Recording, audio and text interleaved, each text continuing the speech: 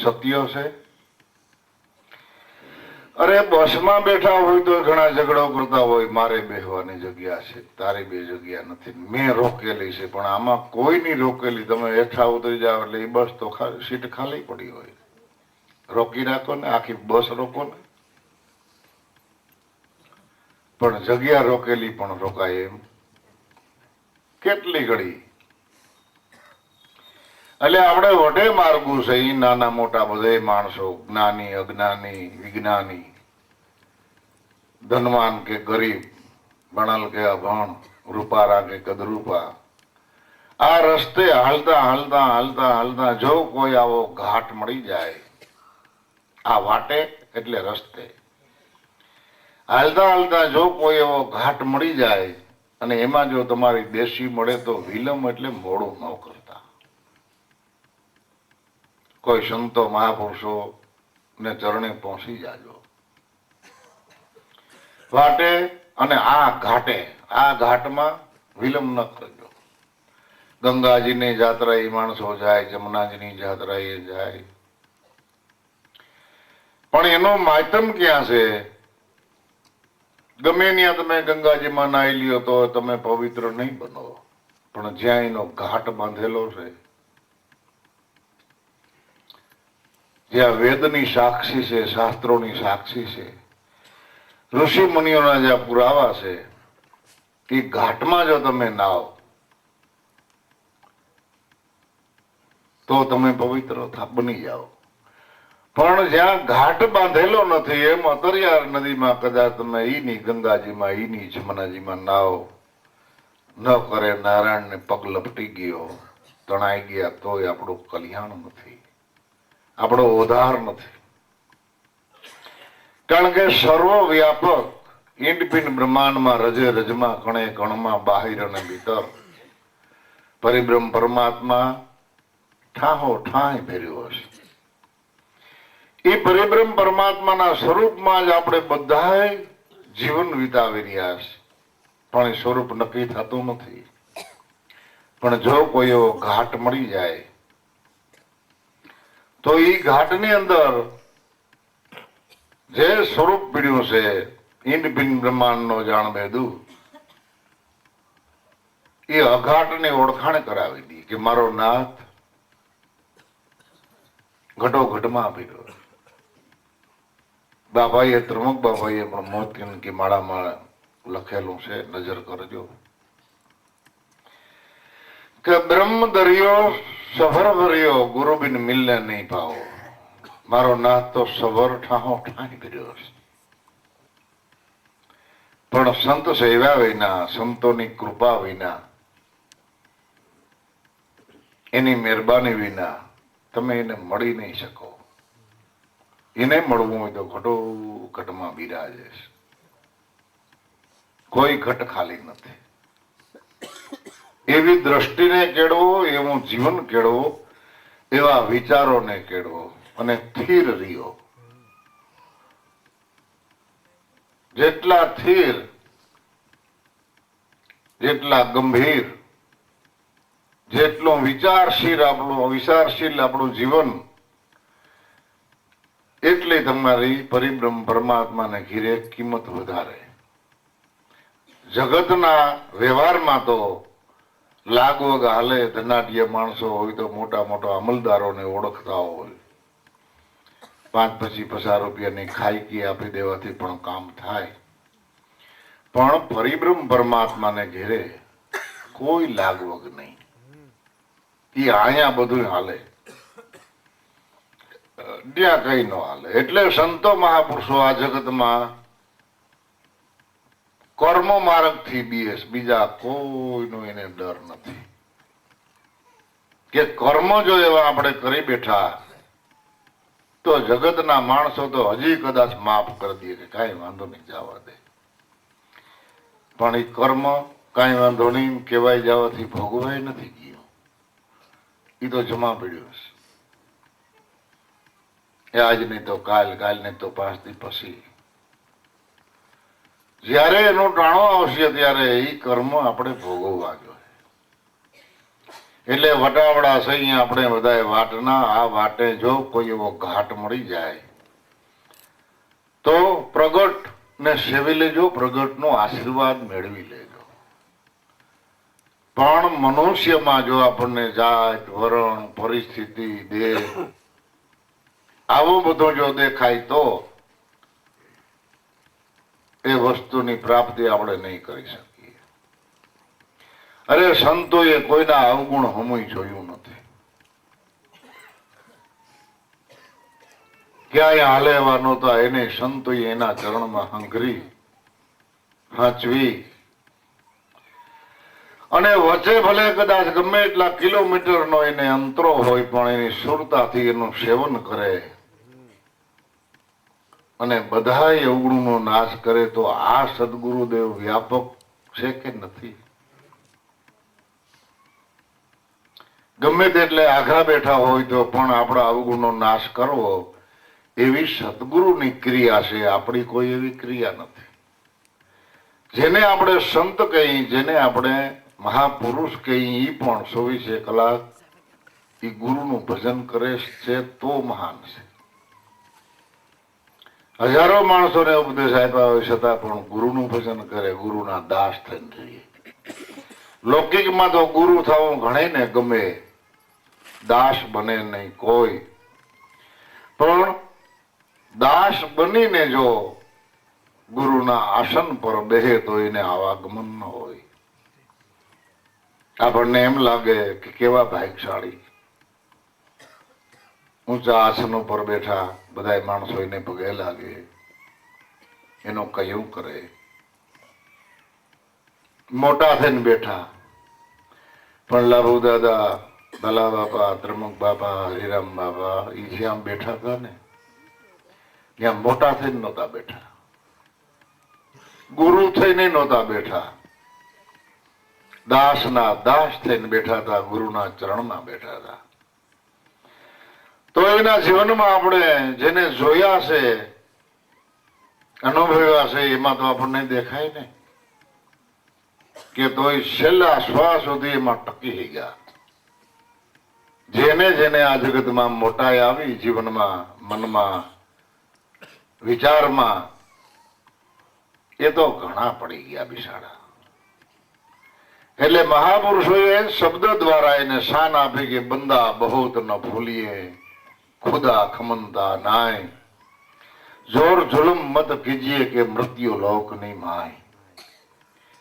મૃત્યુ લોકની માય તમાશો તમને તરત બતાવે, જે નર કરે ગુમાન હોય નર ખતા ખાવે. સાંગો પાંગ જો આ ભક્તિમાં સરળતાથી, ધીરજ ધારણાથી જો જીવન બનાવવું હોય અને હાસુકલી લાગણી હોય તો ડગલે ને પગલે ઝૂકતીની આગેવાની રાખજો. પોરહાઈ ન જાવું એમ હિંમત પણ ના હારે જાવી. મારા નાથને જે કઈ ઈચ્છા થાય એવું આ જગતના વ્યવહારમાં આપણને દેખાડો આપે. આજે આપણે દૂરથી નજીકથી, ગામડામાંથી, હગા વાલા, કુટુંબ પરિવાર એ ભજન આનંદ કરી રહ્યા છે. આ ઓસવ, આ ટાણું આપણી કોઈની માગણી નહોતી કે હતી કે આવું બને તો આપણે બે ઘડી આનંદ કરીએ. તો આનંદ કરવા ભેરા નથી થયા આપણે, પણ આનંદને ઓળખવા માટે ભેરા થયા છે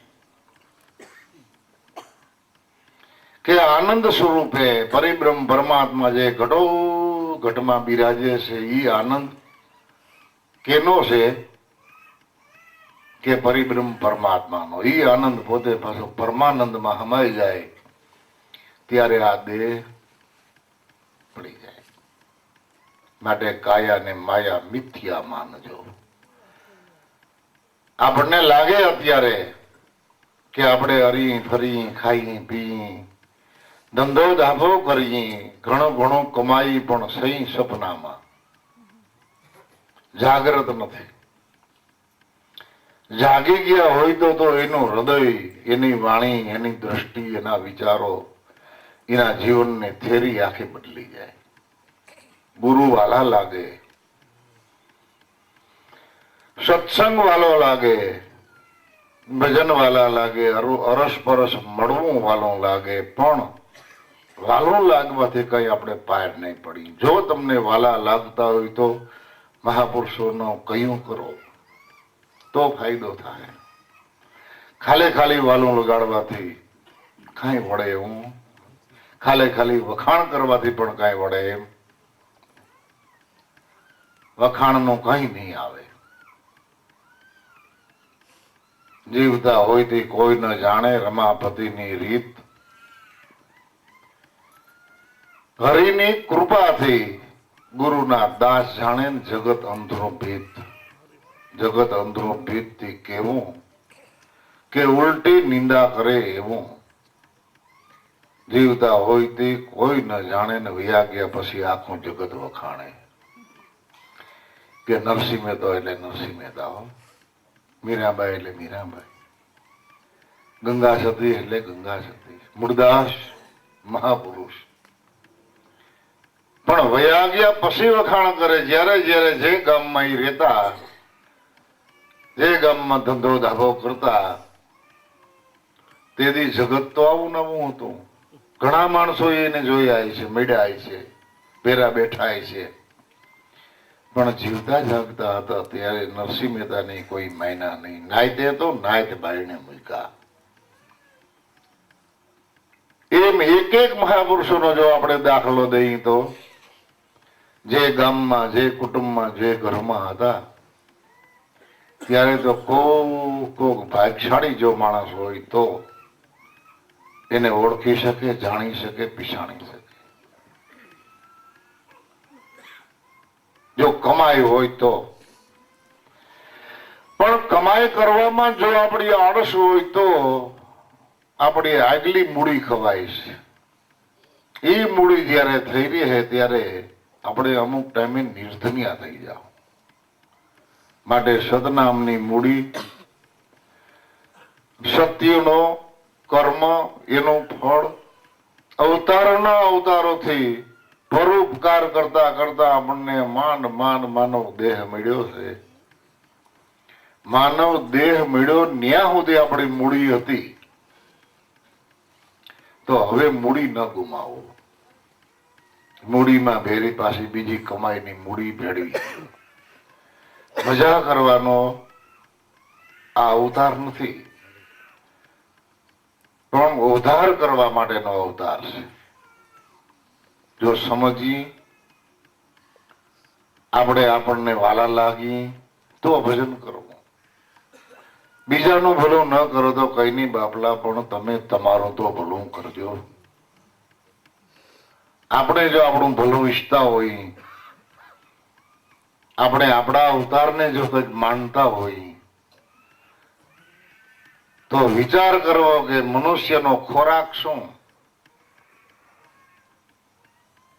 માણસ બનવું હોય તો એકવાર તો માણસના ખોરાક જાણવા જોઈએ. માણસ ક્યારે બની કે ઘઉં, બાજરી, ચોખા, જુવાર, કઠોળ, દહીં, દૂધ, છાશ, ફળ ફૂલ એ સિવાયનું કાંઈ પણ આપણે આહારની ઈચ્છા કરીએ તો પણ આપણે મનુષ્ય મટી જાય. તો ન કરવાના આહાર કરીએ, ન પીવાનું પી, ન બોલવાનું બોલી તો માણસ ક્યાંથી રહી? અને માણસ મટી જાય પછી કદાચ આપણે ધનવાન બની જાય તો એ ધને હું આપણને કામનું. ભક્તિ મનુષ્યની છે. એટલે મન ઊંચી ભાવના જેનું મન ધરાવતું હોય એને જ મનુષ્ય કહેવાય. નહીતર બધા પ્રાણી છે બાપલા. તો પ્રાણી તો આ જગતમાં ખટ દર્શનમાં સબ કોઈ ખેલે, मनमुख माया धारी, कहां से आया न कहां फिर जाएगा, देखो तंत विचारी. એ તત્વને જાણવા માટેનો વિચાર કરો, નહીતર વિચારી વિચારી માણસ ડગલા ભરે, ધંધો દાખો કરે, વ્યવહાર કરે, ખાવે પીવે, પહેરે ઓઢે, વગર વિચાર્યું કોઈનું જીવન નથી. પણ એ બધા વિચારોનો માવતર જે ઊંચામાં ઊંચો જે વિચાર છે એ વિચાર જ્યાં સુધી ન જાગે ત્યાં સુધી બધા વિચાર રેઠું ધણ હોય ને એવા છે. ગોવાળ વિનાનો ધણો હોય તો એમાં કેટલા હરાડા થઈ જાય ને કેટલા માર્ગે હાલે એનું કાંઈ નક્કી નહીં. પણ જો ધણનો ગોવાળ હોય તો કોઈ આડાવડા ન થાય. તો પરિબ્રહ્મ પરમાત્મા આખા જગતનો ગોવાળ છે.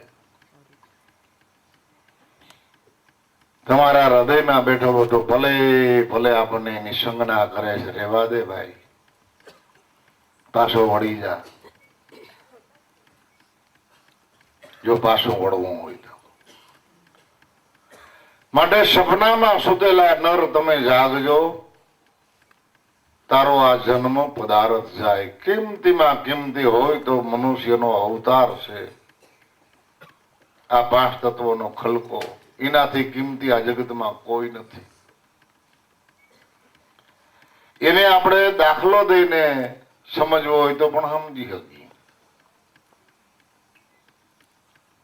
કે ગમે એવા કોઈ ધનાઢ્ય ડોક્ટર હોય વિદેશના કે આ દેશના, અને આપણા ઘરમાં પછી પૈસા રૂપિયા નથી, એટલી આપણી ગરીબી છે. અને કદાચ ડોક્ટરો તમને એમ કહે કે અહીંથી એટલો હાથનો પંજો આપો ને તમને 20 લાખ રૂપિયા દો. એક હાથે હાલે જીવન ન હાલે, ખવાય પીવાય હરાય ફરાય ધંધો થાય. તો એટલા હાથના પંજારમાં તમને શું વાંધો છે? તમને પીડા નહીં થાય, એમાં પાક નહીં થવા દે. અમે અમારી રીતે ડોક્ટરની રીતે દવાની રીતે તમને ખબર ન પડે એમાં એટલો ખાલી હાથનો પંજો જોઈએ. 20 લાખ રૂપિયા. ના ના, અરે પણ તમારા ઘરમાં 2 પાલી બાજરો નથી, 20 રૂપિયા નથી, તો એટલા પૈસામાં તમને વાંધો હું કે તો મને કોક ઠૂઠો કે તો એમ કર, હાથ ન દેવો હોય તો કઈ નહીં, એક આંખ દે. 20 લાખ ને એને માથે 5 વધારે.